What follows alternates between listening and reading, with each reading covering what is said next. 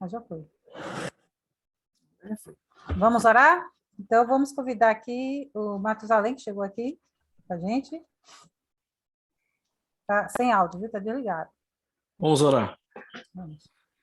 Oremos. Altíssimo Deus, Pai Todo-Poderoso, obrigado, Senhor, por mais uma oportunidade de estudarmos acerca do Teu nome, para aprendermos e colocarmos em prática.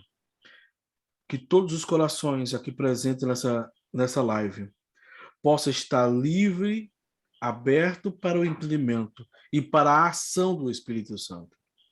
Nos ajuda a compreender de acordo com a Tua vontade. Em nome de Jesus. Amém. Amém. Amém. Amém. Boa noite a todos mais uma vez. É um prazer imenso Boa estar com noite. cada um de vocês aqui estudando conosco hoje. O assunto que era para a gente estar estudando hoje era referente aos 144 mil, a continuação dos 144 mil.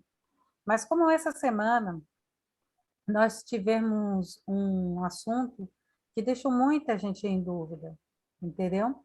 Então, nós resolvemos dar uma pausa no antigo assunto e entrarmos neste assunto. Temos estudado com muita frequência na Bíblia, no Espírito de Profecia, na Bíblia, sobre a tríplice aliança do mal. E sempre quando falamos sobre a tríplice aliança do mal, nós sabemos que o protestantismo dará uma de suas mãos ao romanismo, né? Ao papado, e a outra mão ele daria ao espiritismo. E se tornaria uma tríplice aliança.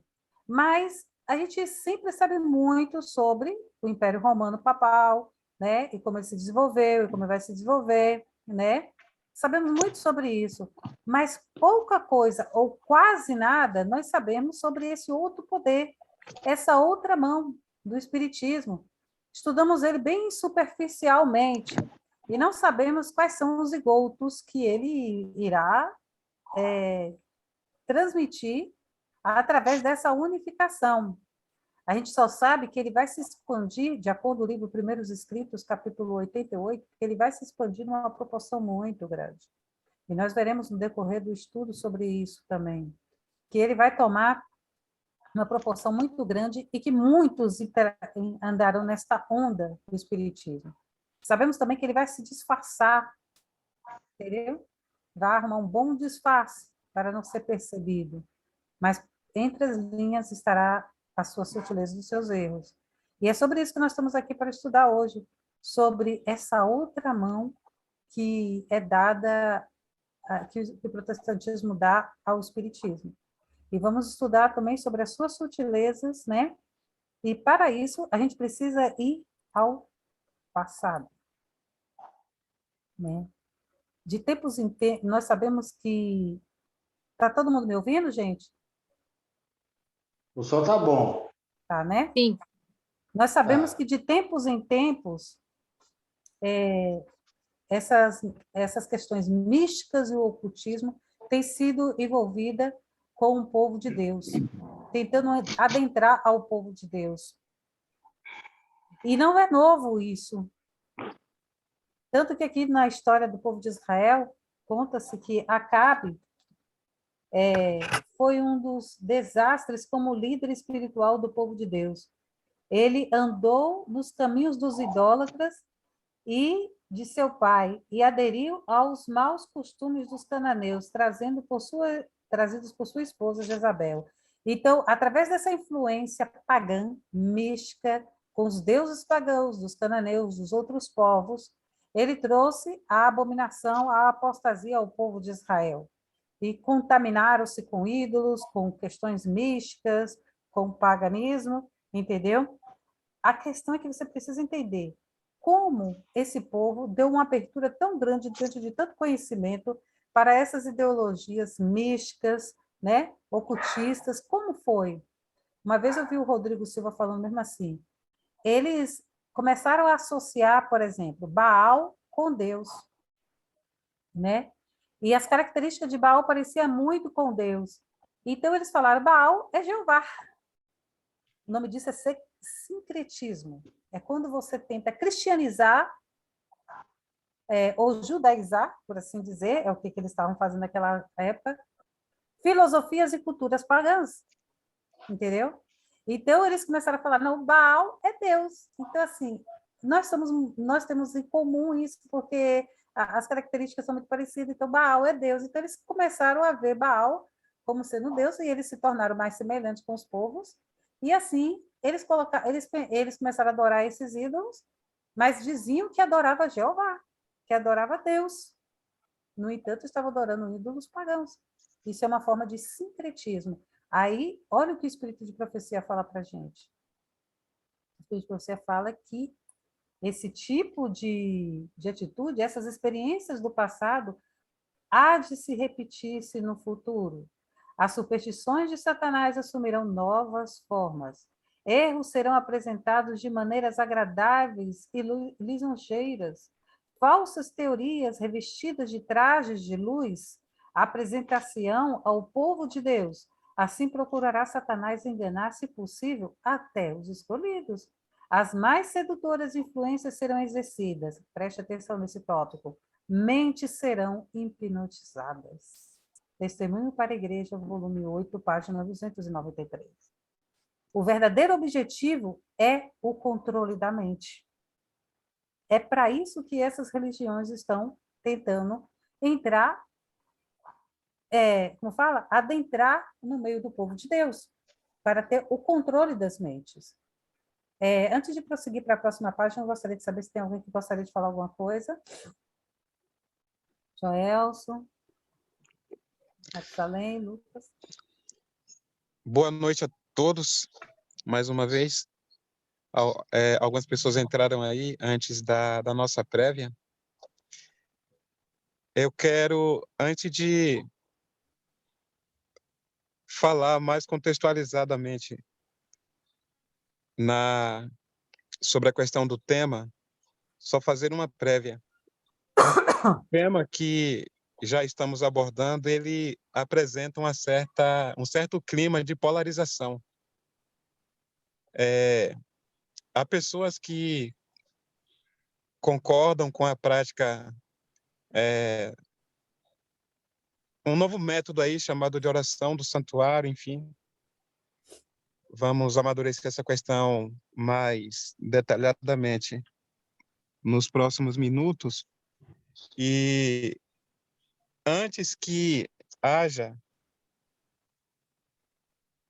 opiniões mais polarizadas, a ideia desse estudo é, na verdade, informativo. O objetivo do estudo é informativo, tá certo? O objetivo aqui não é incentivar quem não pratica esse método de oração a praticá-lo, mas também não tem como objetivo dizer que você que pratica não deva praticar. Então, antes de fazerem qualquer opinião, observem e fiquem atentos ao objetivo do nosso estudo. Ele é estritamente informativo. Entretanto, existem evidências no espírito de profecia, existem elementos na Bíblia, e já existem falas de alguns teólogos que há algum tempo já têm estudado sobre isso, inclusive o presidente da igreja já vem alertado desde 2015, salvo engano, sobre essas práticas ligadas à oração contemplativa, e é com base nesses elementos que temos de advertência, de orientações que trabalharemos a dinâmica do estudo, tá bom? Então, para longe de qualquer situação, você que não pratica não será estimulado a praticar, e você que pratica também não será estimulado a não praticar. O objetivo do estudo é tão somente informar e apresentar detalhes com relação a esse movimento que causará entre nós, remanescentes, o que Ellen White já chamou de apostasia ômega, tá bom? Haverá um falso reavivamento no mundo religioso. Ela fala de um sistema religioso que despertará grande interesse e que as pessoas irão em busca disso.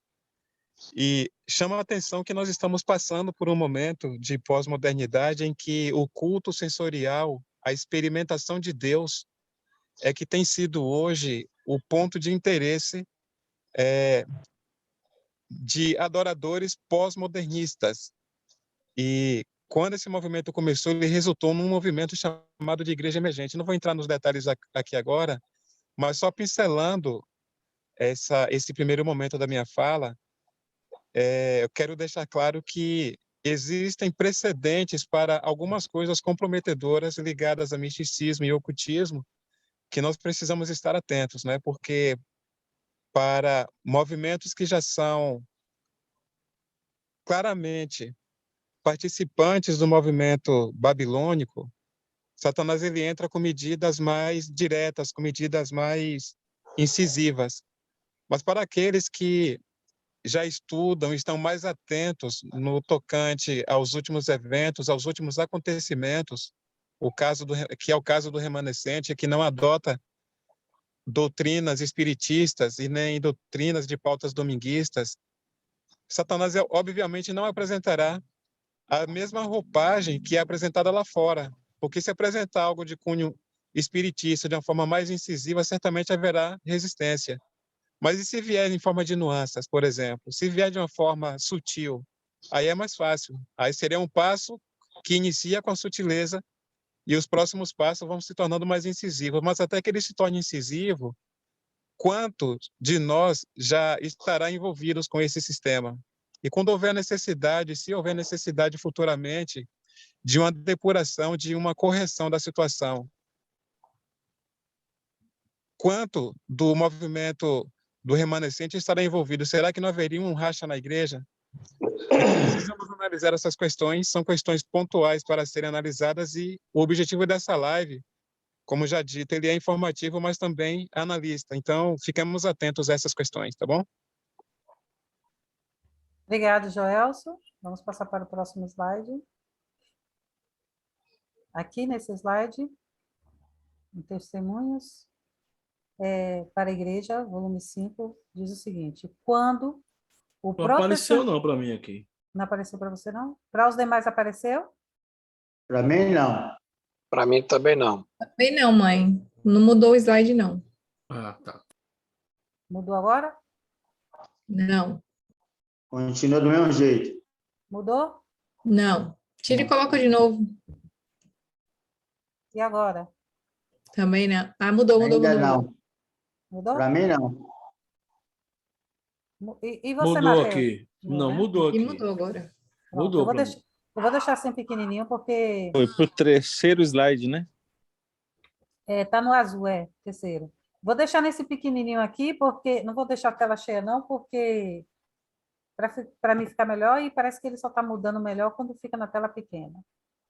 Deixa eu dizer aqui. Em Testemunho para a Igreja, volume 5, página 451, o Espírito Profecia diz o seguinte: quando o protestantismo estender os braços através do abismo, a fim de dar uma das mãos ao poder romano e a outra mão ao espiritismo, quando por influência dessa tríplice aliança, os Estados Unidos forem induzidos a repudiar todos os princípios da Constituição que fizeram deles um governo protestante republicano e adotar medidas para a propagação dos erros e falsidades do papado, podemos saber que é chegado o tempo das operações maravilhosas de Satanás e que o fim está próximo.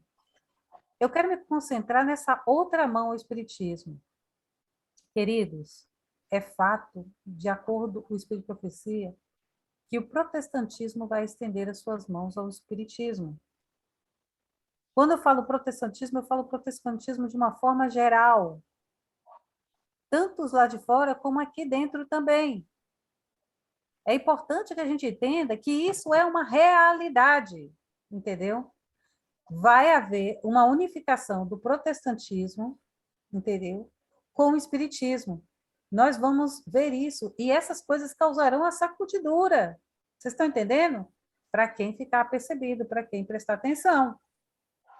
E nós vamos entender por que o espiritismo vai conseguir se unir com o protestantismo. O que fará com que o protestantismo, que antigamente repudiava o espiritismo, também repudiava o romanismo, agora está aberto a dar a mão tanto para um como para outro e formar uma tríplice aliança. para isso, o protestantismo estará apostatado, ele vai apostatar de muitas doutrinas, de muitas coisas, fundamentos e princípios, para poder abrir mão para essas correntes que são tão opostas ao pensamento do protestantismo. Seguindo o slide, aqui fala no livro Eventos Finais, página 158, fala sobre falsos reavivamentos. E eu quero que agora vocês prestem atenção, porque aqui é que vai desencadear todo o pensamento, tá bom? Antes de os juízos finais de Deus caírem sobre a terra, haverá entre o povo do Senhor tal avivamento da igreja primitiva, da primitiva piedade. Haverá um grande avivamento da primitiva piedade, lá da igreja primitiva. Como não fora testemunhado desde os tempos dos apóstolos, esse avivamento será tão grande que será maior do que na época dos apóstolos. O inimigo das almas deseja estorvar esta obra. O inimigo deseja boicotar essa obra, esse avivamento. Então, o que ele vai fazer? Antes que chegue o tempo para o tal movimento do avivamento, ele vai se esforçar para impedi-la. E como é que ele vai fazer isso? Ele vai introduzir uma contrafação. Muito bem, agora eu quero que vocês entendam o que é contrafação. O que é contrafação? Alguém aqui gostaria de falar o que é uma contrafação?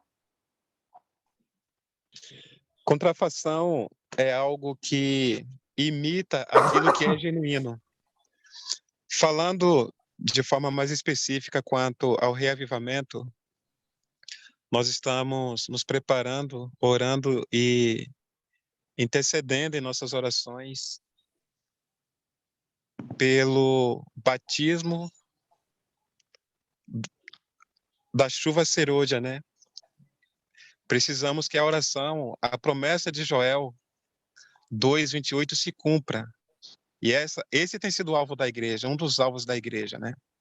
É a partir da chuva serôdia, do derramamento da chuva serôdia, que será possível este reavivamento. Agora, o que Satanás faz?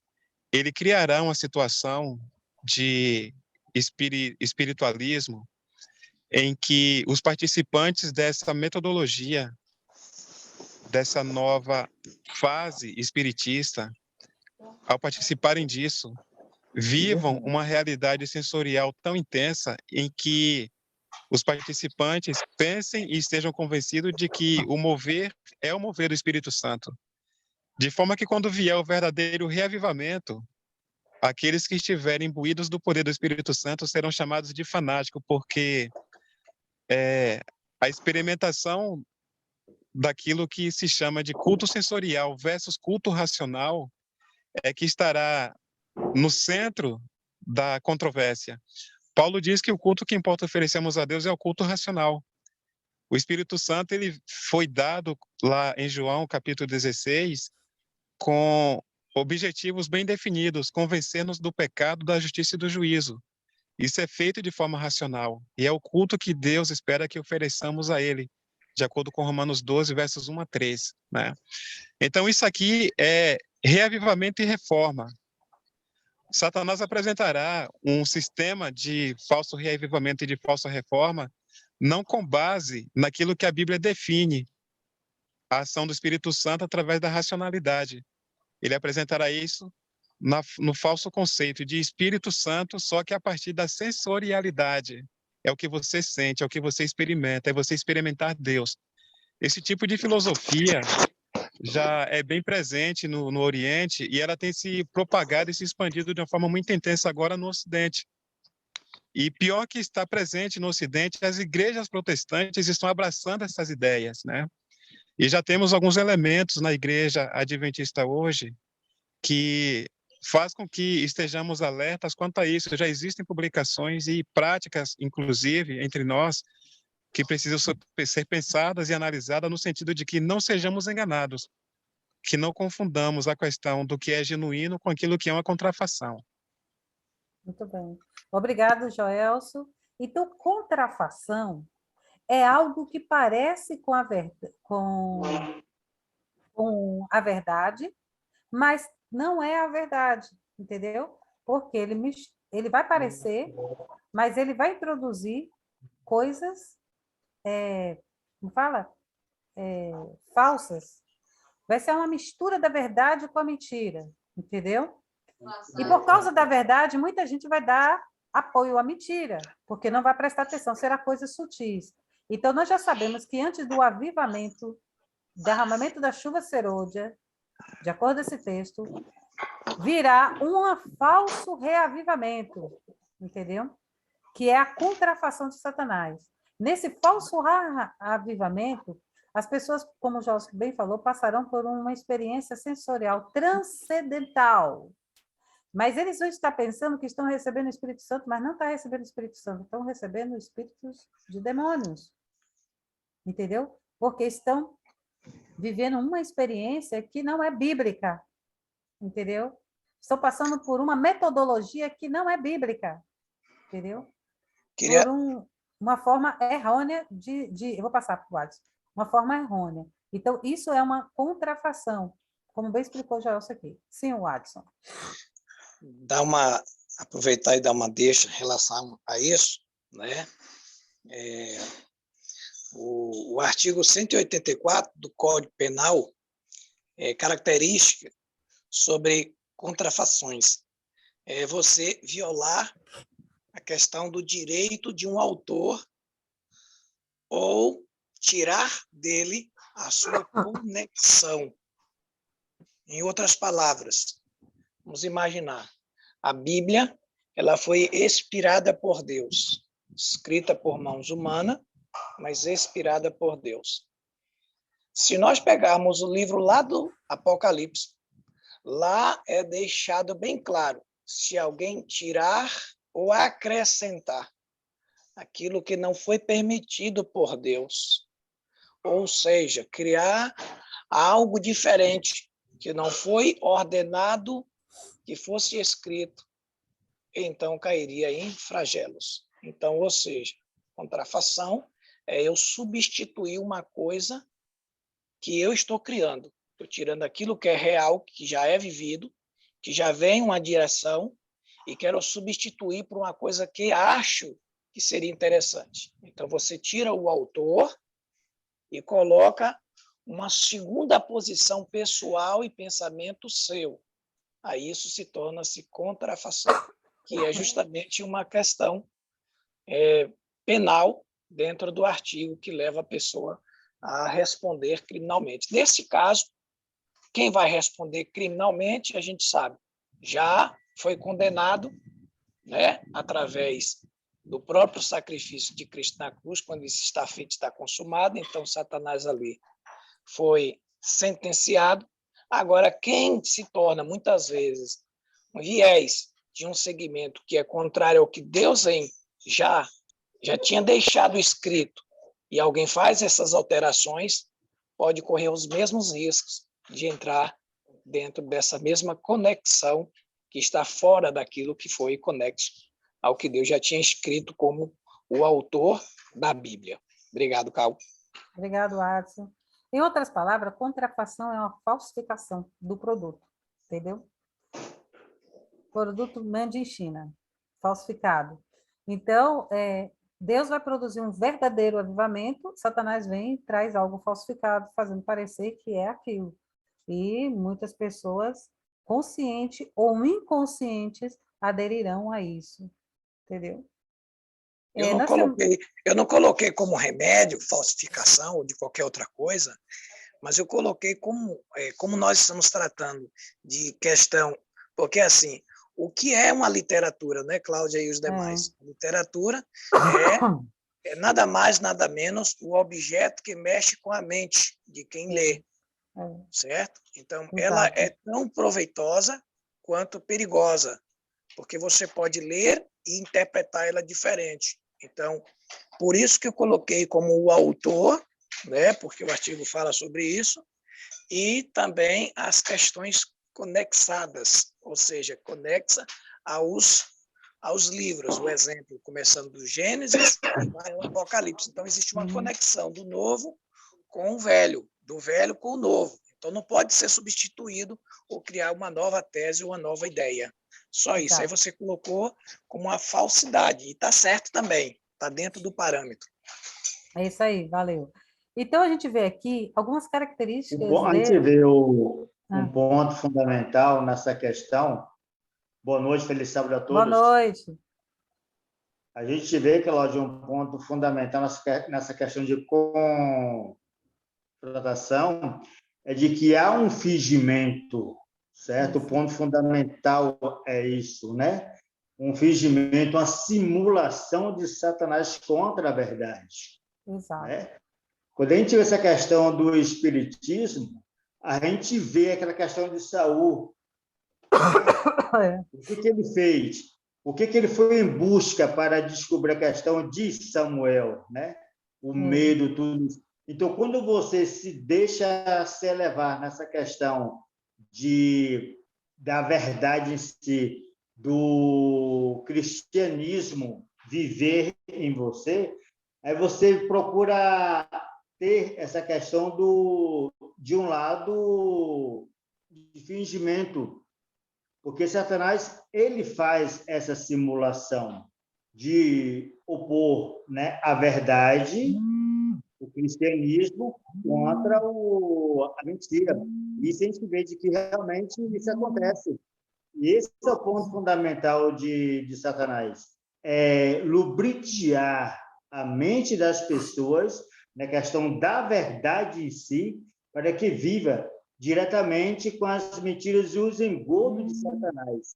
Isso a gente vê que realmente é de grande preocupação para o povo de hoje, né? Para o cristianismo hoje, que, na verdade, está querendo infiltrar, né, esses engodos, essas mentiras do espiritismo, colocando mediante a própria verdade, que a gente sabe que realmente isso não nos leva a ceder, mas devemos ter muito cuidado e preocupante essa questão, né? Porque a gente vê que hoje Satanás é o ponto, é a porta hoje, um leque que ele tem hoje para que as pessoas possam estar se infiltrando, se enraizando e se dedicando nessa questão. E isso é preocupante. Então, temos que ter muito cuidado com isso. Verdade. Obrigado, João. Vamos falar aqui um pouquinho sobre as características desse falso avivamento que ele vai produzir nessas pessoas. Fanatismo, a exaltação, o falso o falso falar em línguas, os cultos ruidosos têm sido considerados dons postos na igreja por Deus. Alguns têm sido iludidos a esse respeito. Os frutos de tudo isso não têm sido bons. Pelos seus frutos conhecereis. O fanatismo é um deles. É um das características destes movimentos de avivamento. Mas não fica só por aí. A gente ainda precisa aprender sobre o disfarce que Satanás vai se vestir para poder estar causando essa introdução dentro do protestantismo. Ele vai se enxertar dentro do protestantismo. Sobre o disfarce do cristianismo, eventos finais diz o seguinte: aproximamos-nos do fim da história terrestre. Satanás está trabalhando como nunca antes. Ele está procurando atuar como dirigente do mundo cristão. Olha, ele está tentando atuar como dirigente do mundo cristão. A palavra de Deus declara que quando isso corresponder às intenções do inimigo, por meio de suas instrumentalidades, ele manifestará tão grande poder, sob a aparência de cristianismo. Então, vem cá. Satanás, ele quer dirigir o mundo cristão e ele vai vir sob a aparência de cristianismo, que, se possível for, enganaria até os escolhidos. Como os espíritos professarão fé nas escrituras sagradas e demonstrarão respeito pelas instituições da igreja, entendeu? Então, o espiritismo ele vai vir com uma nova roupagem, ou seja, sobre o disfarce do cristianismo.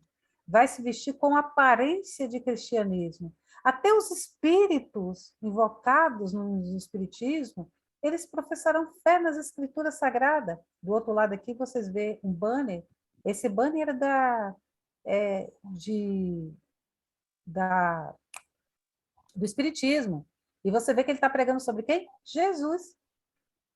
Espiritismo pregando sobre Jesus. Logo abaixo nós temos um banner sobre a renovação carismática, ainda falando sobre o carismatismo, né? Essa questão de falar no línguas, cair no espírito, e todas essas coisas meio pentecostais. Ainda vou ler essa notinha aqui embaixo. A nova espiritualidade, no momento, não segue esta direção. Que direção? Do antigo espiritismo. Como era o antigo espiritismo? Que a Bíblia fala, aquele que tem feitiçaria, que tem tarô, que tem ocultismo, que tem a necromancia. A nova espiritualidade, ela não segue esse caminho. Ela é diferente.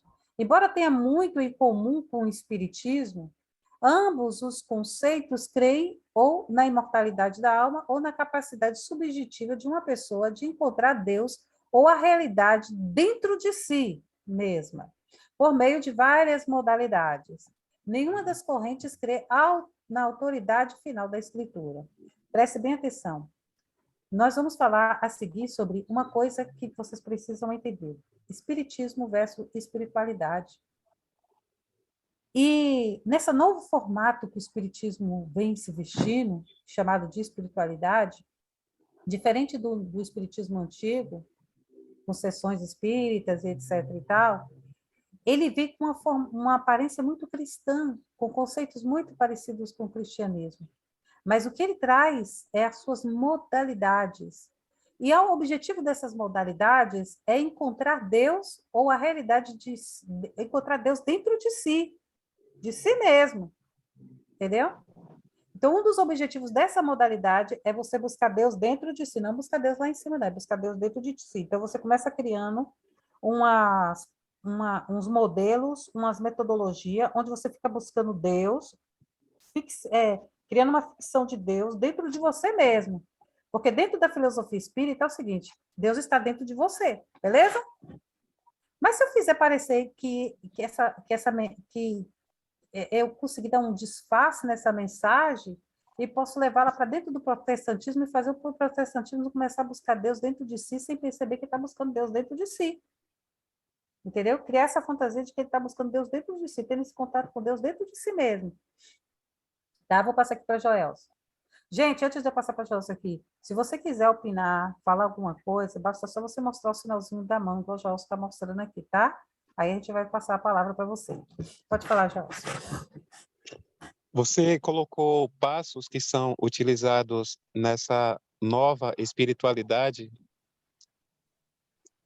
em que demonstra aparentemente respeito pelas instituições religiosas, as doutrinas e especialmente a palavra de Deus.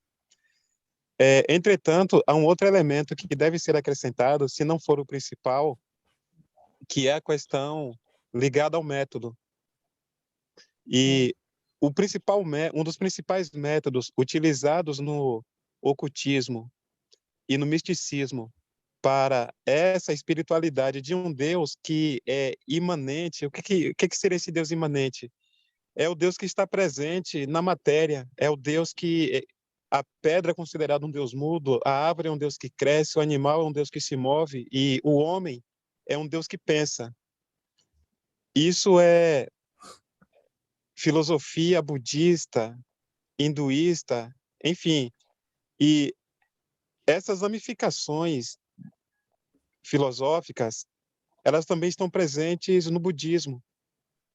E as igrejas do século XXI têm internalizado essas filosofias no sentido de buscar uma nova espiritualidade. E essa nova espiritualidade talvez seja o que a irmã White fala de religião ou de pontos religiosos que despertam o interesse das pessoas, né? E o falso reavivamento certamente virá dessa segmentação. E, nesse contexto, qual é um dos principais métodos de introdução dessas filosofias na realidade da igreja, que usa a Bíblia como a palavra de Deus e tem um sistema de liturgia que não envolve adoração de imagens e muito menos práticas declaradas satanistas? Qual seria essa porta de entrada? É aquilo que se chama de contemplação. Os métodos contemplativos, tá? as religiões ocultistas, todas elas praticam o método da contemplação, e isso é feito via meditação. É o estado zen, a yoga pratica esse tipo de situação. Os budistas praticam isso, os hinduístas praticam isso, os monges praticam isso.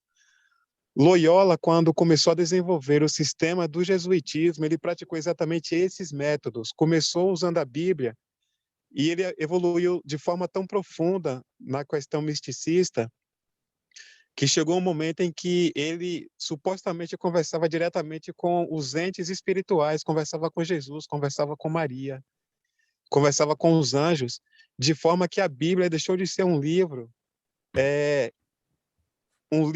de orientação. Nós conhecemos a palavra de Deus como a regra magna de fé. A nossa única regra de fé e prática é a palavra de Deus. E quem pratica esses métodos contemplativos, chega um momento em que entidades espirituais começam a se comunicar diretamente com elas, e nesse ponto a Bíblia deixa de ser interessante. É quando Satanás já tem o total controle da mente. Então, eu quero finalizar minha fala deixando só esse adendo, Cláudia, com relação ao método contemplativo. Nós vamos entrar ainda mais à frente sobre essa questão da contemplação e quais os perigos em torno dessas questões. E eu quero só enfatizar uma coisa: não é pela contemplatividade que nós temos o contato com Deus, é pela oração no tocante ao conhecimento da Bíblia. Em nenhum local da Bíblia nós temos ensino de que o método contemplativo é a forma de nos achegarmos a Deus. Isso não está na Bíblia. O único modelo de oração que Jesus deixou foi a oração do Pai Nosso, e ali nós não temos nada ligado à contemplatividade, tá certo? Obrigado, Joelson. Ainda no assunto espiritualismo e espiritualidade. Kézia, já estava com a mãozinha, depois tirou e voltou de novo. Não, eu falo outra coisa, eu desisti, e aí eu fui falar de novo, e depois eu desisti de novo, e agora eu falo outra coisa que não tem nada a ver com antes. Só para a gente compreender melhor, quando fala assim, método contemplativo, se refere ao que exatamente? Nós vamos falar sobre isso lá na frente. Tá? Obrigada. Se eu adiantar agora, eu estou adiantando que a gente vai falar sobre isso lá na frente. Né? Eu queria saber, para poder entender pelo menos a ideia do que estava sendo falado, mas tudo bem. Mas a gente vai explicar sobre isso lá na frente. Olha, espiritualismo e espiritualidade, as duas faces da mesma moeda. Por que nós estamos falando de espiritualidade como se fosse espiritualismo? Porque é o espiritualismo, é o espiritismo, só que ele é uma forma mais moderna, mais cristianizada, mais disfarçada, e mais tolerada e mais aceita. Ela é tão aceita que eu vou dizer uma coisa para vocês. Nos anos 70, não sei se vocês lembram que houve um movimento muito grande chamado New Age, que é a Nova Era. Né? E a Nova Era, ela pregava sobre a espiritualidade. Era um movimento espírita, né? Mas eles não se consideravam espíritas porque eles agregavam todo tipo de filosofia hinduísta, budista, taoísmo, né? Todo tipo de filosofia que pudesse agregar, porque o movimento Nova Era ele é oriundo também de um outro movimento que surgiu na época de Ellen White. Lembra aí, João, o nome? Teosofia. A teosofia. A Nova Era é, na verdade, um movimento sincretista, né? Não é só uma religião, por isso é tão confusa. Exatamente. São adaptações. Ela é oriunda da teosofia, que também pregava essa unificação de religiões, procurando pontos em comum, e a teosofia ela era voltada para as religiões orientais, hinduísmo, budismo, e todas essas religiões orientais místicas, né? Que na época de Ellen White ela condenou muito a teosofia, e o Nova Era chega com essa mesma pegada, entendeu? Com o objetivo de mostrar uma nova forma de espiritualidade que poderia agregar a todos, inclusive os protestantes, porque o objetivo da Nova Era era se introduzir dentro do protestantismo, trazer todos esses pensamentos, né, e métodos das religiões orientais para dentro do protestantismo, com o objetivo de se tornarem uma única religião. Né? Aí, olha só o que Ellen White fala, já prevendo todo esse movimento. Só que hoje em dia você não ouve mais falar de Nova Era. Você não ouve mais falar de nova era. Mas sabe por que você não ouve mais falar de nova era? Porque todos os conceitos fundamentados pela nova era estão dentro das igrejas protestantes. As igrejas protestantes hoje estão praticando os conceitos da nova era. E lá à frente nós vamos mostrar para você o que eram os conceitos, o Gelson até falou aqui da oração contemplativa, era um dos conceitos da nova era. Entendeu? Nós vamos falar sobre cada um, abordar cada um desses conceitos, métodos, formas espiritualistas de buscar o Deus que habita em você. Dentro do hinduísmo, eles têm uma forma de saudação que é Namastê, que quer dizer, o Deus em mim, saudo o Deus em você. Então, essa é a máxima da filosofia espiritualista, a nova filosofia espiritualista. Você é Deus. Deus está dentro de você. Nós todos juntos somos uma partícula de Deus, entendeu? E nós somos Deus. Então, essa é uma filosofia espírita, beleza? É igual Satanás falou lá para Eva. Você vai parecer com Deus no dia que você comer isso aqui. Então, não mudou nada, tá? Tá aí ainda. Então, Ellen White, ela fala sobre isso no livro... Vamos ler aqui só um trechinho, eu vou passar a fala para vocês. Espiritualismo e espiritualidade, duas faces da mesma moeda. Devemos examinar bem os fundamentos da nossa esperança, pois teremos de dar razão pelas escrituras. Preste atenção, teremos que dar razão pelas escrituras. Este engano, que engano? Ela fala sobre o espiritismo, lá no Primeiros Escritos, página 88. Se espalhará, o espiritismo vai se espalhar, tá? Ele vai ficar numa proporção muito enorme.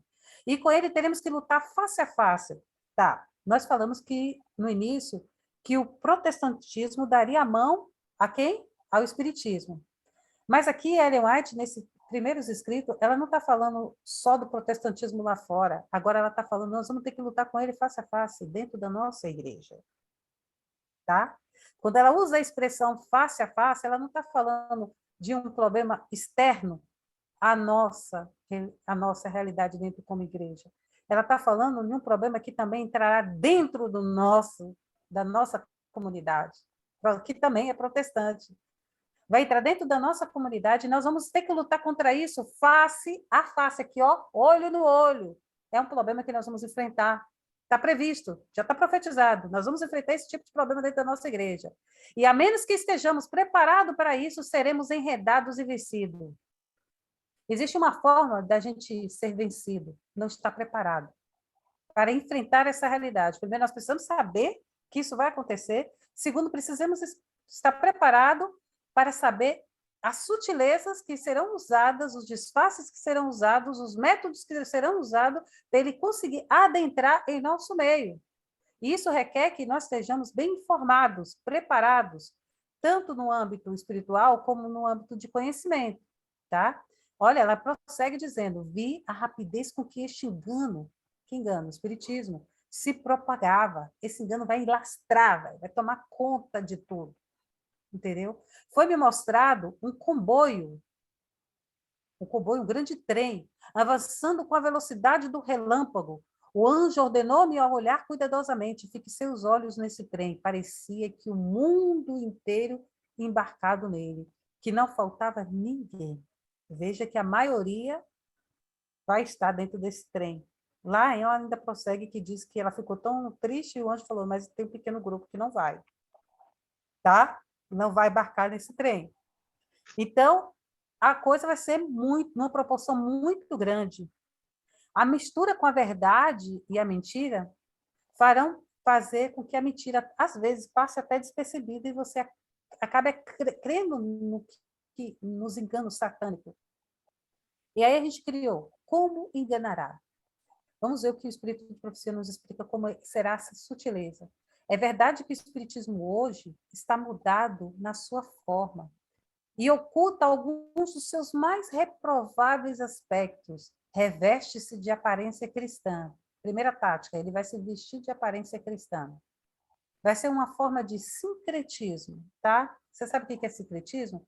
É quando eu pego algo que não é sacro e torno sacro, entendeu?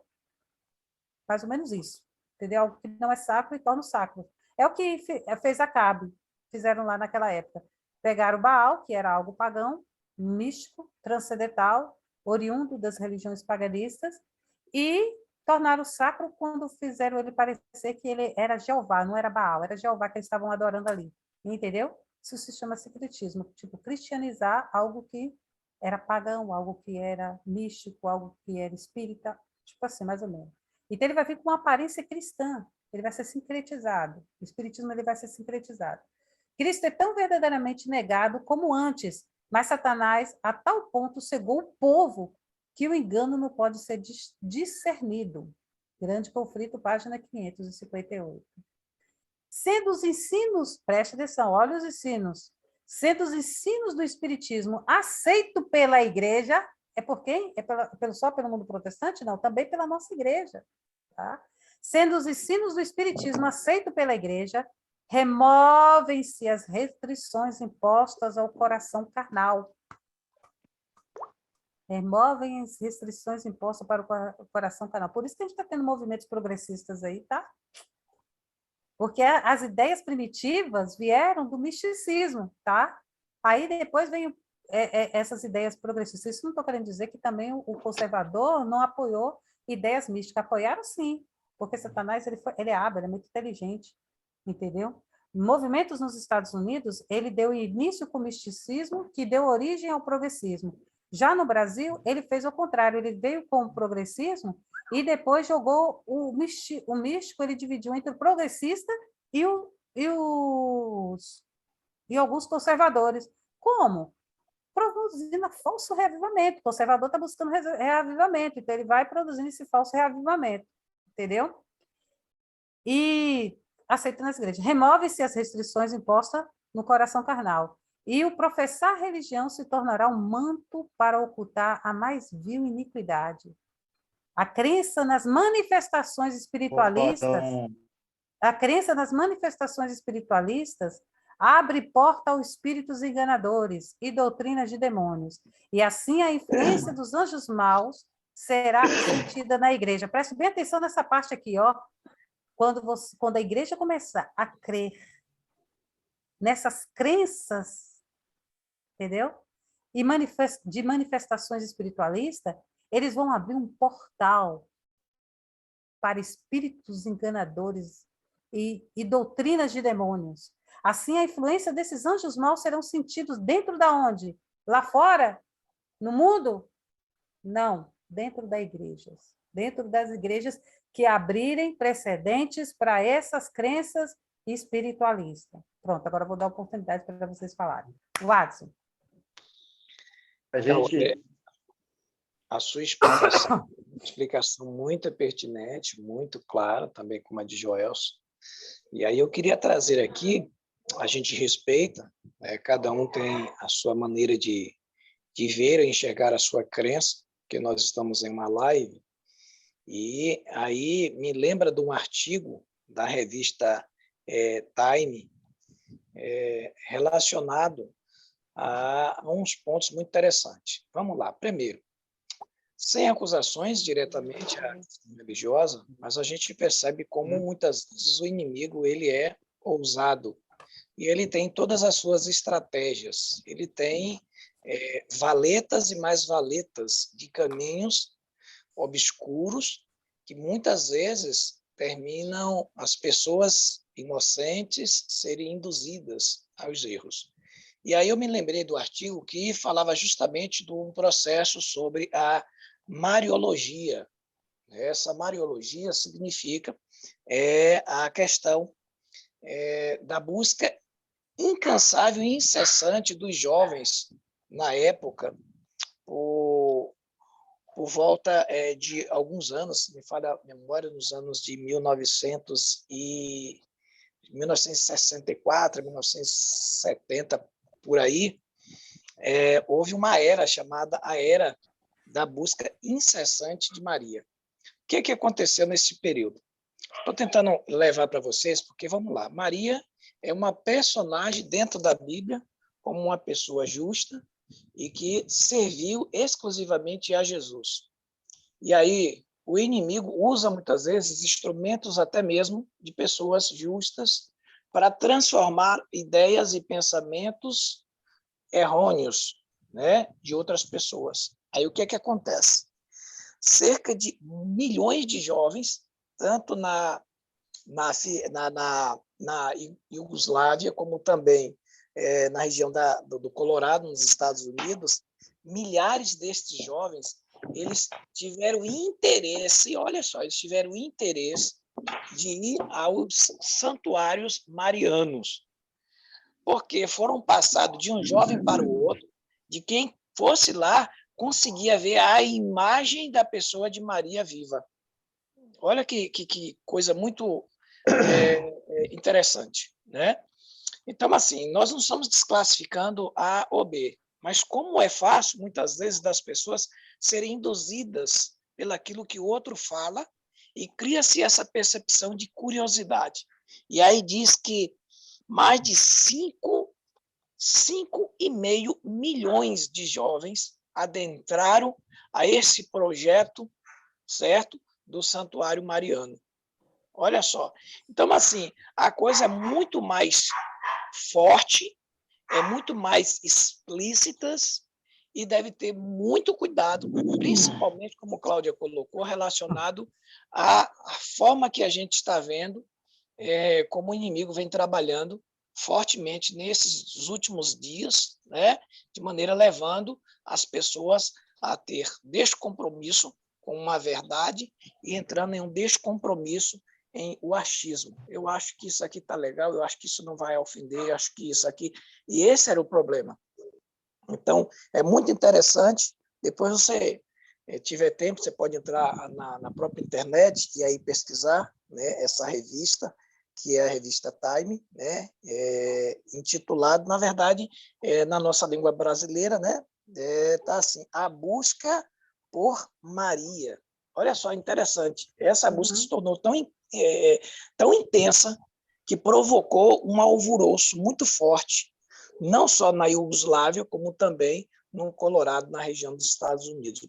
Então, gente, a gente está falando de uma coisa muito real, não é algo estrambólico, não, é algo real, daquilo que nós estamos presenciando. E hoje, eu costumo sempre dizer, eu gosto muito de ler livros, mas eu gosto muito de saber se o conteúdo dele, ele realmente é um conteúdo que atinge aquilo que eu estou precisando compreender, ou ele vai conseguir iludir a minha mente. O que as pessoas falam, será que é aquilo que realmente é o que está escrito? Então, é muito interessante a gente ter esses cuidados. E hoje, essa live que a Cláudia, juntamente com o Joelson, estão apresentando para todos nós que estamos participando, é de intensa percepção e importância para a gente não perder o nosso caminho nem a nossa trajetória, porque o céu está muito mais perto da gente do que a gente imaginava. Amém. Obrigado, Adson. Outro ponto, Cláudia, nessa não é porque você questão, não mostrou a mãozinha, por isso eu não sabia que você... Eu fiz um sinal positivo. Fala. A gente vê essa questão, o espiritismo, ele é como se fosse um leque, né? Totalmente aberto, expansivo, que ele abrange vários setores na questão da espiritualidade, né? Então, a gente vê a questão do secretismo. É um ponto de que é uma fusão de diferentes cultos ou doutrinas, né? O secretismo. E outro ponto, ele tem a questão da filosofia, né? Dentro do próprio secretismo, que é um razoavelmente equilíbrio de elementos que disparam originárias diferentes visões do mundo ou de doutrinas filosóficas, né? De vários países. A gente vê como o irmão fez uma colocação, maioratria, né? Hoje as pessoas têm uma idolatria tão grande por Maria, de que hoje é incrível uma coisa dessa. Outro ponto, a gente vê que hoje a Igreja Católica ela estava totalmente esquecida.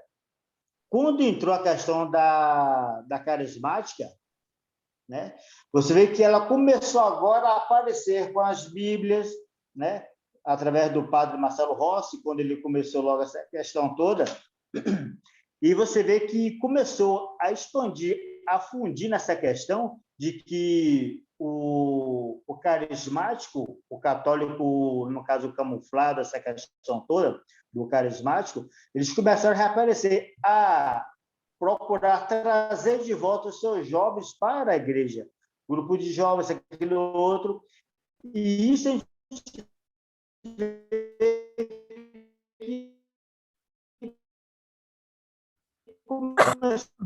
É só para mim que está cortando aqui, João? Está cortando, Está cortando para mim também. mostrar mais e mais a questão do secretismo religioso que tem hoje.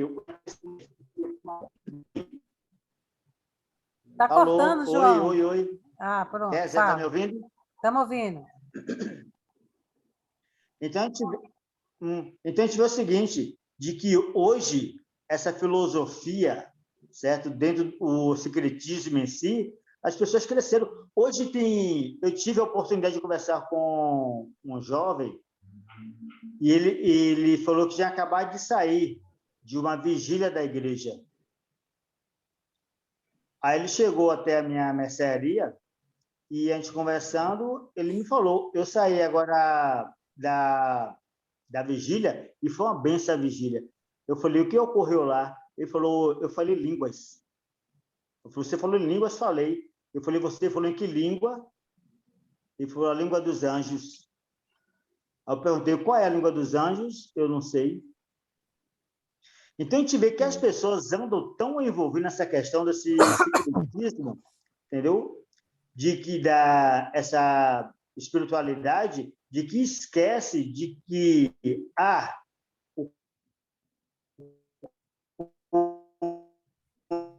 Está cortando, João.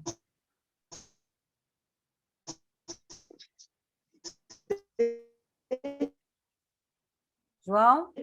o bíblico que é contra. Então, faço o seguinte. Oi. Está cortando, João. Está cortando um pouquinho o que você está falando. Melhorou? Melhorou agora. João? Não estou conseguindo. Acho que está faltando. A internet de João não está muito boa. João, eu vou passar aqui para o Matusalém, porque está cortando muito aqui sua internet. Eu estou vendo muito discurso Ah. falando a respeito. João, só um minuto. Oi. João, a internet está caindo muito aí. Está melhor? Para mim está bom aqui. Para a gente aqui está caindo. Para a gente, não. Para mim está bom aqui. Fala aí. Se cair, eu vou passar para Matusalém, viu? Tá. Aí a gente vê que hoje as pessoas andam muito no idealismo do que as pessoas falam, do que a igreja prega em si, mas esquece em si da verdade que é a Bíblia. E essa questão do secretismo, a gente vê que hoje é uma porta aberta dentro do espiritismo, porque ele abrange não só um ponto. Faz uma fusão, né? Uma fusão entre religiões. De verdade, está ruim aqui. E isso que a gente tem. A Tosana está me ouvindo? Está ruim, está caindo. Então tá bom. Deu para entender mais ou menos o que você está falando, que esse secretismo, essa fusão de religiões, de conceitos e dogmas, vai causar essa apostasia, né? E essa falsa experiência espiritual, não é mesmo? Isso. Obrigado. Vou passar aqui para o Matusalém, então. Matusalém. Na verdade, eu não quero fazer um comentário a respeito. Mas eu aproveitar que o Joelson vai ser o próximo a participar. A preocupação, na verdade, é do que vai acontecer com nossas fileiras. E aqui tem essa frase que está aqui no Grande Conflito, que a crença nas manifestações, Cláudia, sobre espiritualistas abre a porta aos espíritos enganadores e à doutrina de demônios. O que fazer, na verdade, quando a gente perceber que algumas pessoas ou alguns movimentos dentro das igrejas ou dentro da nossa igreja começar a influenciar outros e ganhar campo dentro das nossas fileiras. Qual deve ser o nosso comportamento? Aproveitar que Joelson vai, viu, Joelson? Aproveitar para você já responder.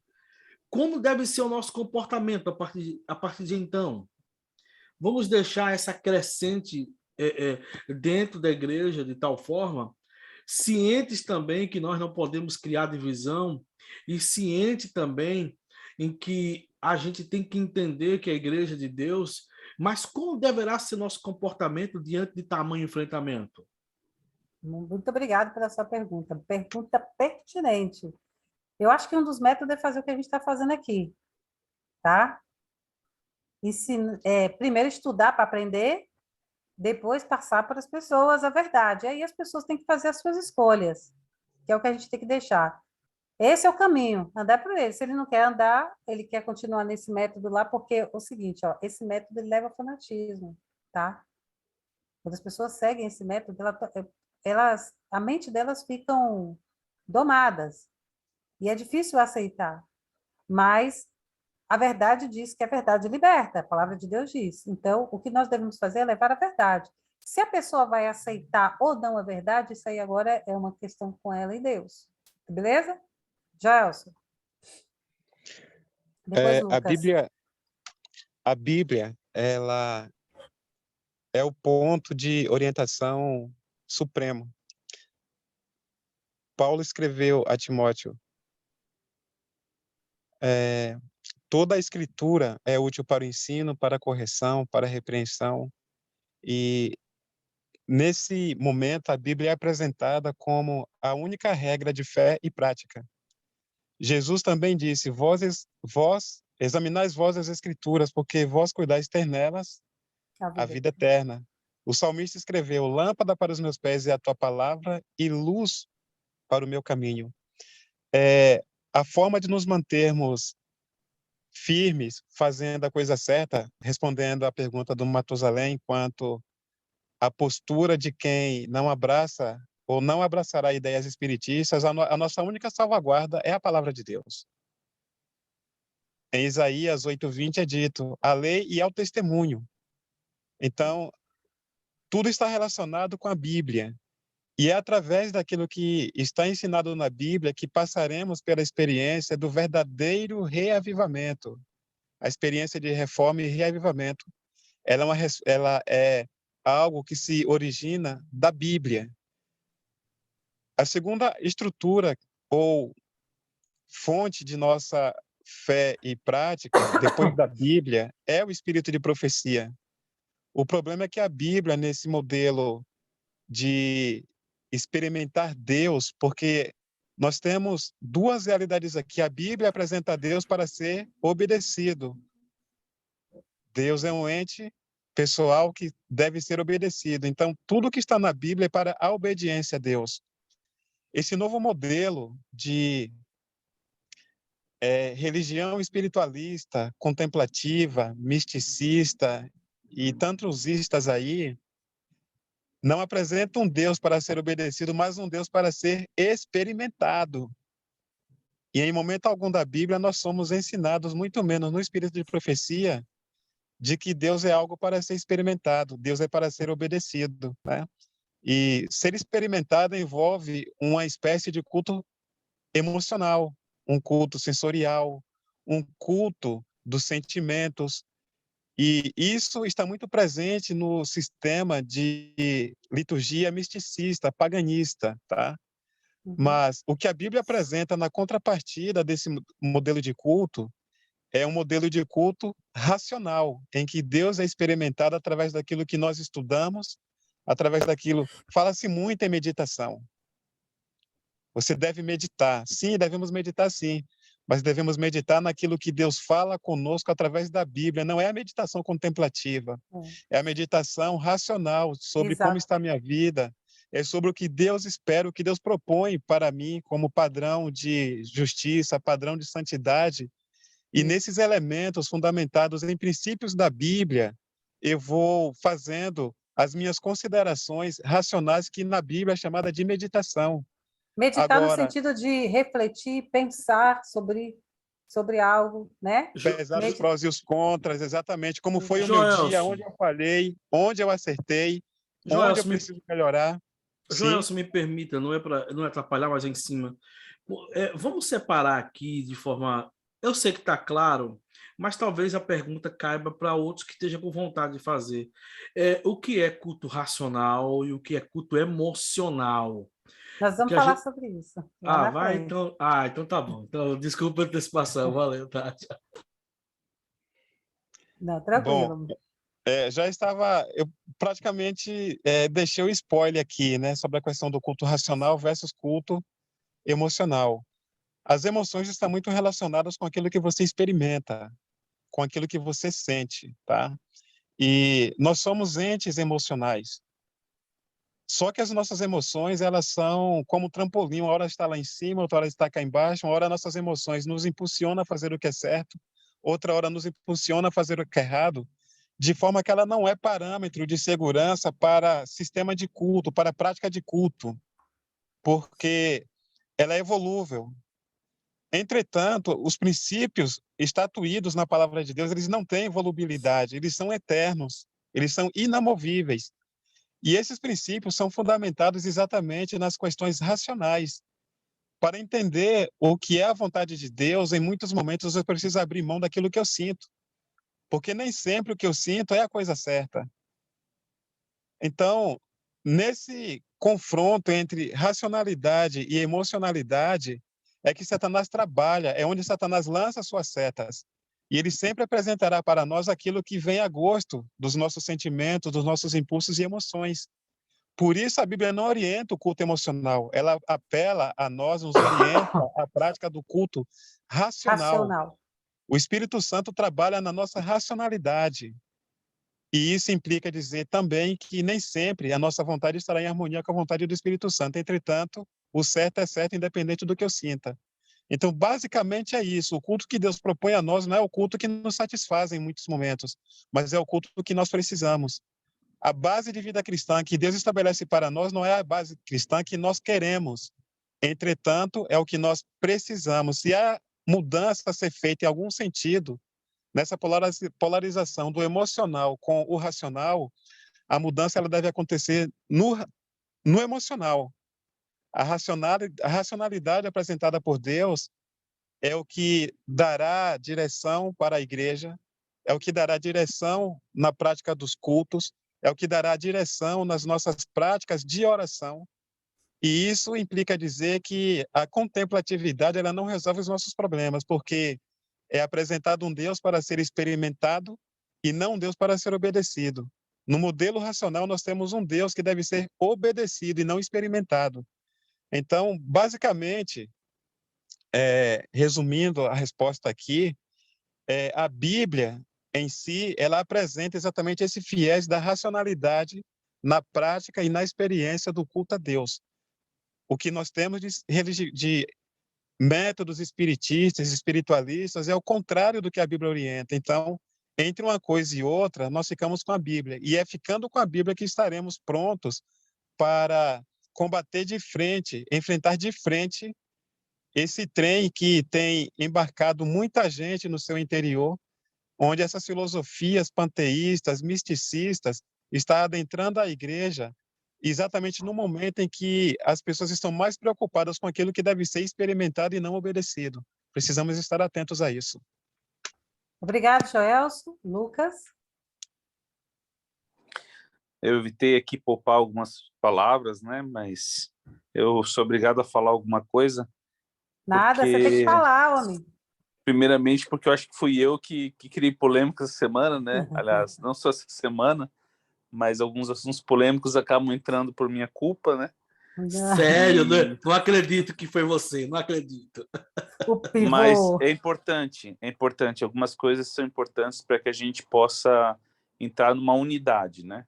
Então, assim, eu queria só falar um pouquinho da minha experiência, para que alguns possam entender, porque algumas pessoas podem não estar entendendo e achando que o que nós estamos apontando são coisas muito pequenas, que não tem a ver com o objetivo da sacudidura.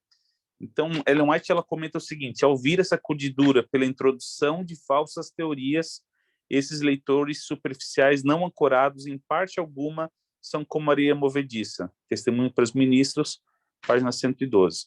A sacudidura ela vem pela introdução de falsas teorias. Mas o que tem sido colocado aqui não tem falado sobre nada, nenhuma falsa teoria, né? No grupo que tem lá não existe uma falsa teoria vigente.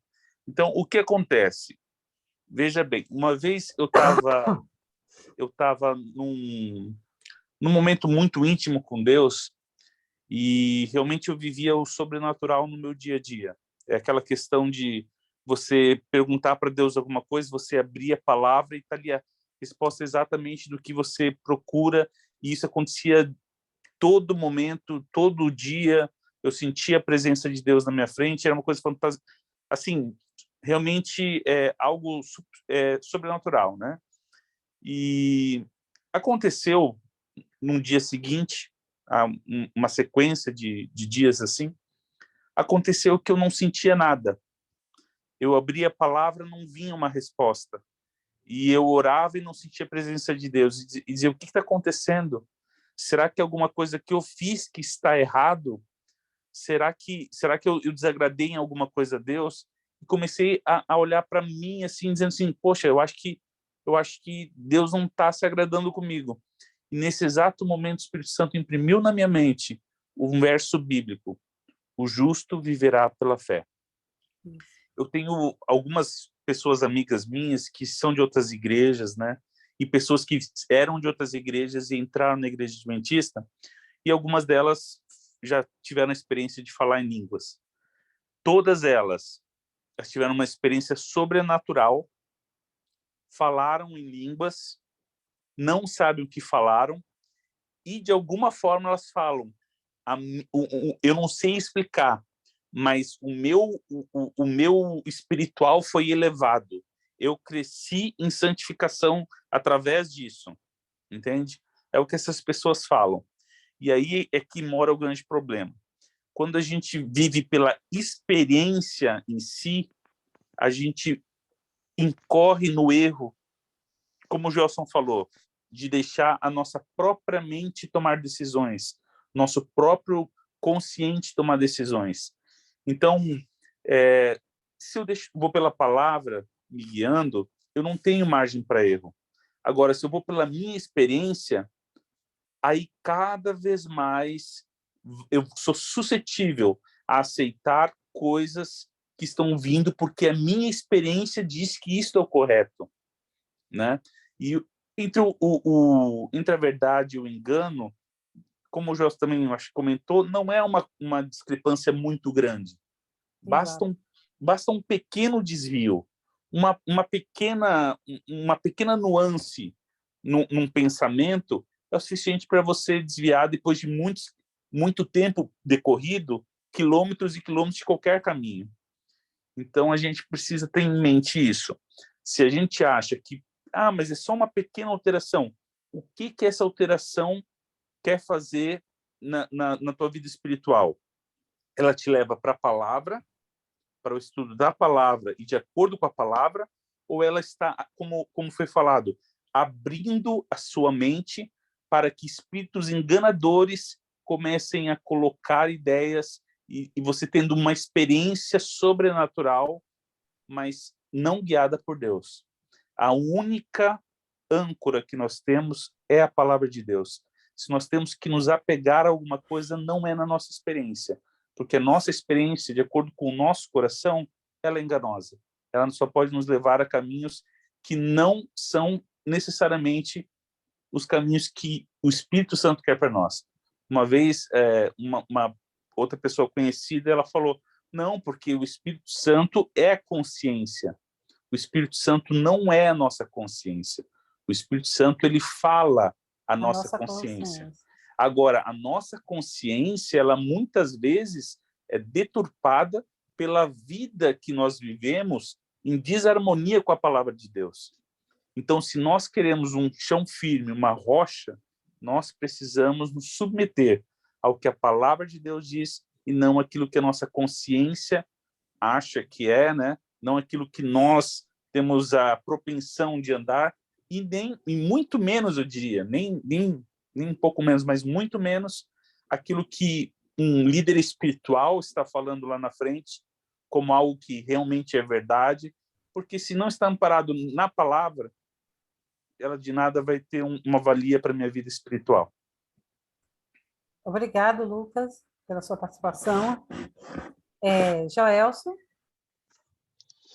Bom, hoje nós temos um bônus com relação ao tempo, né? Nós vamos finalizar às 9h30, já são 9h25. Hoje o Matusalém não vai reclamar, porque geralmente nós terminamos às 9h, né? Você percebeu que eu tinha desativado o microfone, já estava. Então, antes de você falar qualquer coisa, deixa eu fazer um comentário aqui, Joelson. Muito bem. O que Lucas falou. E cabe uma outra pergunta. Que tipo de ação ou de pensamento está nos deixando influenciar de alguma forma para que possa abrir a porta para espíritos enganadores ou demônios? Semana que vem nós entraremos... Não, já terminou? Não, eu tô falando isso porque desculpa, pode continuar. Porque quando o Lucas começou a falar que muitas das vezes a emoção toma conta em uma oração, que a gente está orando e vai às lágrimas, e depois no dia seguinte você vai às orações e parece que você está falando para você e parece tudo oco, você não consegue sentir. E eu já me questionei algumas vezes, então quando o Lucas estava falando, eu me senti, sabe? E me imaginando que eu já passei, não com uma experiência dele, mas através de orações, em que eu oro, meu Deus do céu, que vazio, eu tenho tanta coisa para falar, tanta coisa para dizer, mas na hora da oração parece que a coisa trava. E aí vem um outro questionamento, que aí é preocupante. Será que às vezes nós não estamos dando espaço para que espíritos enganadores entrem em nossa vida e comecem a atrapalhar o nosso espiritual? Fica aqui uma questão, esse questionamento, apesar que Joelson me desanimou, e aí é assim mesmo, Joelson. Mas que Deus nos abençoe e nos proteja. Matusalém, Obrigado. Só Oi, queria Lucas. poder acrescentar então um pouquinho. Eu acho que isso passa na vida espiritual de todo cristão, né? A gente nem sempre vai ter algo sobrenatural, algo realmente que a gente vá sentir, né? Alguma coisa diferente. Só que aí entra a palavra de Deus, né? Porque tudo que Cristo fala, tudo que a palavra diz, ela é verdade. E a verdade, ela é uma verdade absoluta, não é uma verdade relativa. Então, quando isso acontece na nossa vida e a gente acredita que Deus não está ouvindo, que Deus... é realmente espíritos enganadores que estão querendo falar a nós que tudo que a gente fala naquele momento não vai ter valia. E é onde a gente tem que se apegar na palavra de Deus e dizer assim, não, o Senhor disse que todo aquele que se achegar a Ele, Ele não lançará fora. Então eu estou vindo, Senhor, a Ti, e Tu disseste que não me lançaria fora, e eu gostaria de falar isso. E uma vez eu vi uma pregação que falava o seguinte, Deus se agrada quando nós reivindicamos, nós reclamamos as promessas que Ele tem para nós. Então, não é que você não está, ao colocar a palavra de Deus, e muitas vezes eu falo na minha oração, eu falo, Senhor, por amor ao Teu nome, porque Tu prometeste isso na Tua palavra, então eu peço isso. A gente tem que reivindicar a palavra de Deus, tá? Eu acho que isso é muito válido, principalmente quando as nossas emoções, elas falam coisas contrárias. Então, é um momento onde a nossa razão precisa tomar conta. Muito Obrigada. bem, Lucas. Cláudia já mudou o slide aí para como enganará. E eu quero fazer meu último comentário. Porque semana que vem nós vamos entrar exatamente nessas questões que já foram pontuadas aqui, né? É melhor deixar a Kézia falar. Viu? Sinto que... Não, a Kézia, eu não estou acompanhando, eu não estou vendo aqui quem está solicitando fala. Kézia, solicitou fala aí? Aham. Oi. E Kézia, pode falar. obrigada. Bom, o pessoal estava falando aí sobre a questão do racionário, sentimentalismo, né? Só me lembrou rapidamente de uma questão, né? Há um tempo atrás eu estava estudando um pouquinho sobre a música, né? E tá muito em alta, já faz um tempinho, né? O tipo de música worship, né? Que é tipo, não sei quem conhece, né? O Hillsong e outros grupos aí que cantam esse estilo. É um estilo muito, que puxa muito pro sentimental da pessoa, né? Então, eles repetem muito o tempo inteiro as mesmas palavras, né? E colocam o mesmo estilo de, mesma ritmação, a mesma melodia em várias músicas. Então, você consegue perceber uma coisa muito repetida, né? E isso eles fazem, né? Já foi feito até um estudo sobre isso, sobre esse estilo de música, que ele é feito exatamente para levar você a se sentimentalizar, sabe? A se sensibilizar, no caso pela situação, independente do que esteja sendo falado, você é levado a se sensibilizar. Então, é meio que tipo assim, uma fórmula, já, estou falando desse estilo de música, né? Que às vezes que são utilizados muito aí na igreja cristã, né? No protestantismo e afins. Para levar você ao sentimentalismo, né? Então, as pessoas choram, se jogam no chão e tal, justamente por essa combinação na música, né? E a gente sabe que uma música ela é muito poderosa e tem esse poder de fazer a gente se sensibilizar com muito mais facilidade do que se alguém simplesmente fala para a gente, né? Então, isso particularmente falando, eu tenho visto também entrando na nossa igreja, né? Eu já vi na músicas recentes, né? Mas também é porque a cultura daí de fora vem impactando muito a nossa realidade como cristãos, né? E da nossa congregação também. Então, isso é, vamos dizer assim, natural, mas não deveria ser, né? Para estar acontecendo. Então, por esse grande impacto que está acontecendo de estar normalizando aí fora, aí acaba sendo introduzido.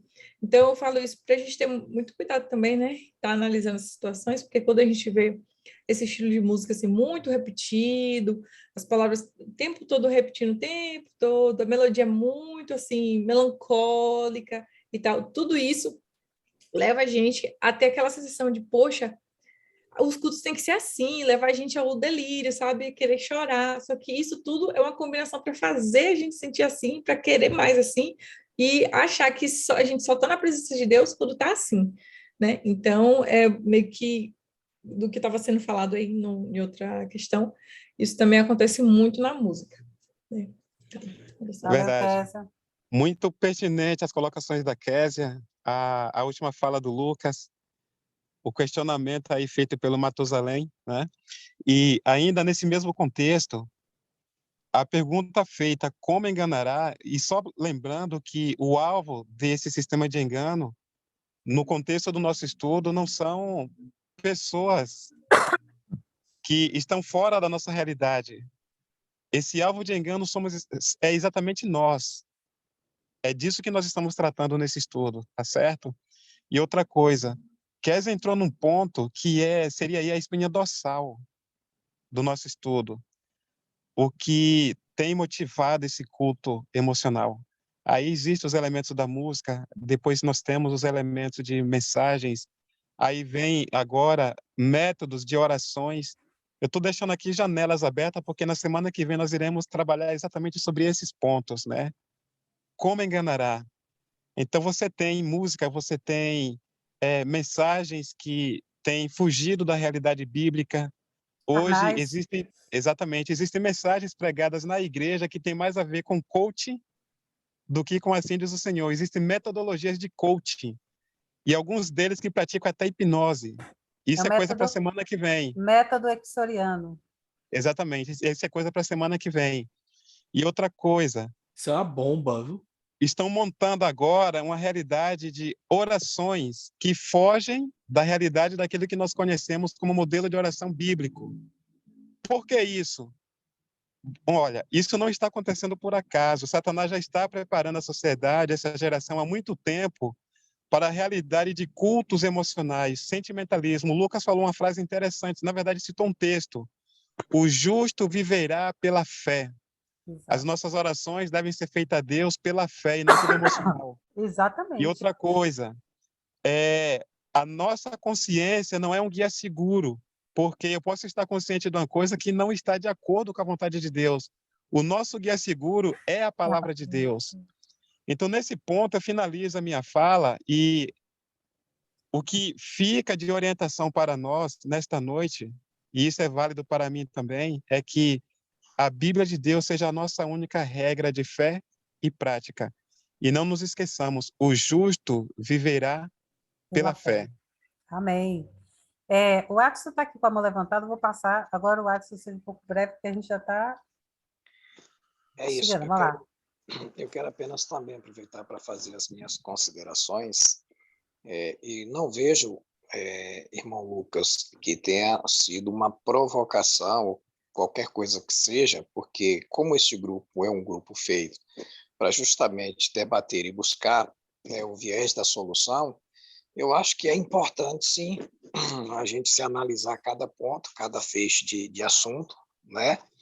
Mas também eu consigo enxergar que, assim, nós vamos ter muitas dificuldades relacionado à estrutura, né, espiritual de membros na igreja. Disso vocês podem ter certeza. Kézia aí, ela foi uma jovem, ela vê isso no dia a dia, né, até mesmo dentro da própria faculdade, que hoje ela está fazendo, está quase concluindo, movimentos e mudanças de costumes, né, daquilo que ela não aprendeu na sua infância, né? Então, assim, nós que temos assim uma certa maturidade, a gente tem que realmente despertar os mais novos da fé, porque há um texto muito interessante dentro da Bíblia, me falhou aqui qual é o livro, eu não sei se é o livro de Tiago ou é do próprio Pedro, que diz assim: Pedro, quando tu era mais novo,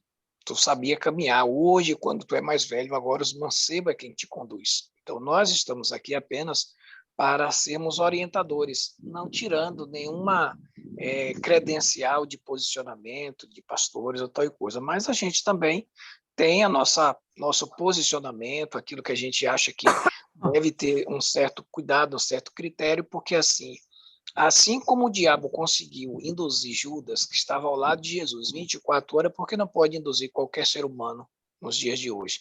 Então, a gente tem que ter cautela. A palavra certa é cautela. A sabedoria do sábio é a cautela. E a gente só vai conseguir entender isso ao longo de cada estudo aqui apresentado, de cada assunto abordado. E aqui é bom porque é uma live aberta para que todos participem e coloquem também aquilo que entende como ponto de vista, para que isso seja analisado dentro de um contexto, tá certo? Uma boa noite, vou esperar a oração e a foto naturalmente. Um abraço. Boa noite, e Watson, obrigado pela sua participação. Então é isso aí, pessoal. O nosso estudo hoje foi uma pequena introdução do que nós vamos realmente falar. Notem que nós estamos dentro de um grande desafio, entendeu? Satanás vai vir com uma grande contrafação para enganar, dissimular, fingir, parecer ser o verdadeiro reavivamento. O objetivo dele é boicotar o verdadeiro reavivamento produzido por Deus.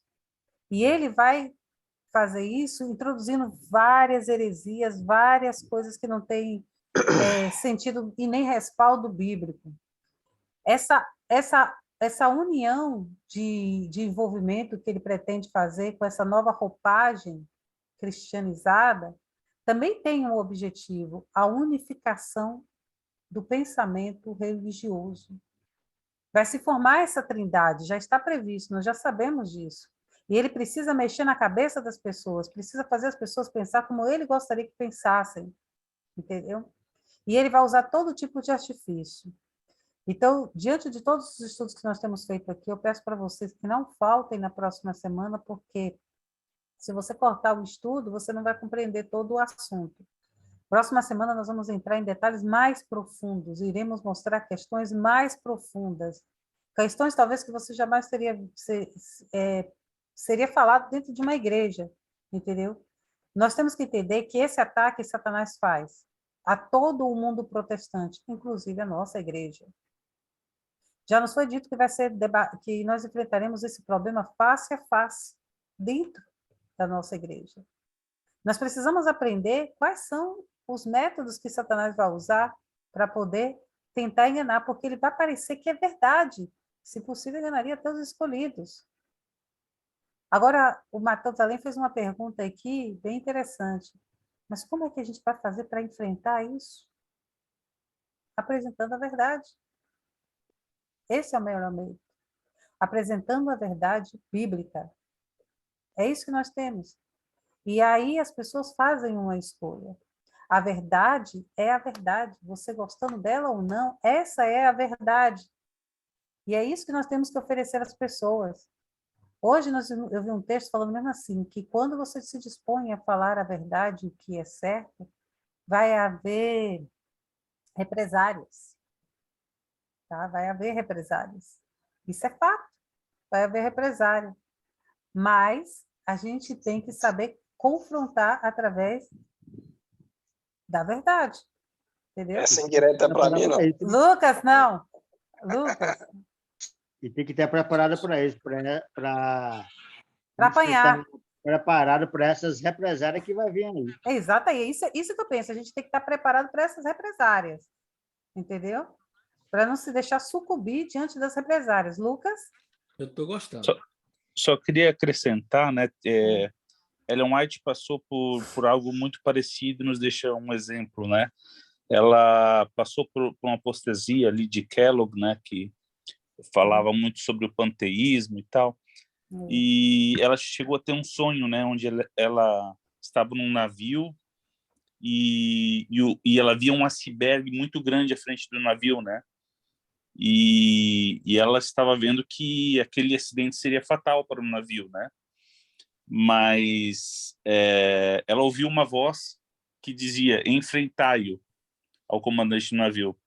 E ela entendeu que isso era exatamente um chamado que Deus estava fazendo para que as heresias fossem enfrentadas. E o que ela comenta, o que é comentado dessa situação é de que houve muitos que acabaram abandonando a fé, né, por causa disso. Mas o objetivo é como enfrentar, enfrentando mesmo, né? Como foi falado, pela palavra de Deus. Então, assim, não adianta nós enfrentarmos num espírito de combate, porque o espírito de combate, ele não vai trazer bem numa conversa, né? Ele dificilmente vai conseguir trazer alguém do outro lado para esse lado, mas num espírito de resgate. Exato. Esse é o espírito correto para a gente poder enfrentar. E entendendo que a gente não tem que trazer a pessoa à força. É uma decisão que ela vai ter que tomar. Nós sabemos que a Bíblia fala que haverá a operação do erro, tá? Mas Deus não vai deixar a pessoa só sobre a operação do erro, ele vem e envia a operação da verdade. Mas aí a pessoa que vai fazer a escolha, eu quero a verdade ou eu quero a operação do erro? Tá entendendo? Essa é uma escolha livre. Nossa obrigação é falar. Se as pessoas vão aceitar ou não, isso aí é uma questão de escolha, né? Então devemos mostrar o assim diz o Senhor, né? É o que diz a palavra de Deus. Enfim, terminamos nosso estudo aqui hoje. Convido vocês a estarem conosco na próxima semana. Não perca, o assunto vai ficando cada vez mais quente. Mais polêmico, né? A continuação? Hã? Né, Cláudia? Vai ser a continuação. Continuação, né? Nesse assunto. Muito bom. Continuamos nesse assunto, ele vai se aprofundar mais. Muito bom. Por enquanto, a gente está falando só por cima, mas daqui para frente agora, na próxima semana, a gente vai nos aprofundar mais nesse quesito. Por falar que na próxima semana...